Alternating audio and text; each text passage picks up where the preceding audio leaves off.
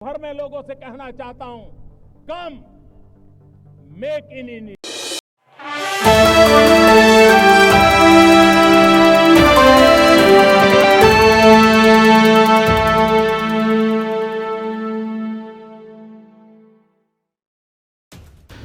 Dubai में champions trophy के final match में भारत की जीत के बाद मध्य प्रदेश के इंदौर जिले में बड़ा बवाल हुआ। महू में निकाले जा रहे विजयी जुलूस पर रविवार देर रात पथराव और आगजनी की गई। स्थिति को संभालने के बाद पुलिस ने जीत के जश्न में नफरत घोलने वालों पर एक्शन तेज कर दिया है। पुलिस ने अब तक 13 लोगों को गिरफ्तार किया है। इनमें से कुछ पर राष्ट्रीय सुरक्षा कानून यानी कि NSA के तहत केस दर्ज किया जा रहा है। फिलहाल पूरे इलाके में सुरक्षा बढ़ा दी गई है। महू में देर रात को उपद्रव के बाद सोमवार को शांति कायम है। जिला प्रशासन और पुलिस प्रशासन की टीमें लगातार स्थिति पर नजर बनाए हुए हैं।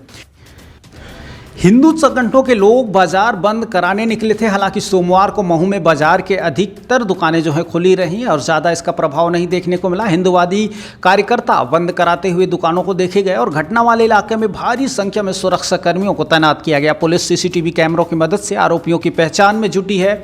DM आशीष सिंह ने अब तक की स्थिति पर मीडिया से बातचीत की और उन्होंने मामले को काबू में बताया।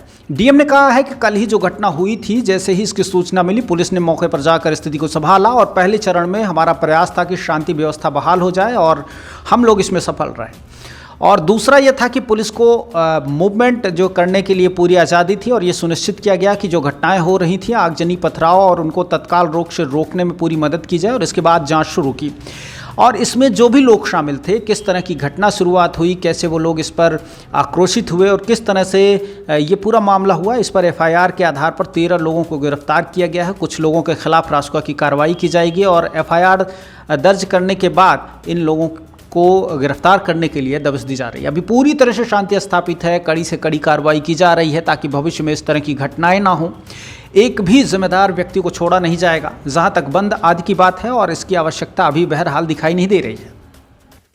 आपको बता दें कि चैंपियंस ट्रॉफी की जीत के बाद देश भर की तरह महू में भी लोग सड़कों पर निकलकर जश्न मना रहे थे, नारेबाजी कर रहे थे और महू की जामा मस्जिद के पास जश्न के बीच अचानक एक पक्ष ने पथराव शुरू कर दिया और इसके बाद दोनों पक्षों में टकराव हो गया। पथराव के बीच कुछ वाहनों को भी आग के हवाले कर दिया गया। घटना की सूचना मिलते ही पुलिस मौके पर पहुंची। उपद्रवियों को काबू करने के लिए आंसू गैस के गोले छोड़े गए और लाठीचार्ज किया गया।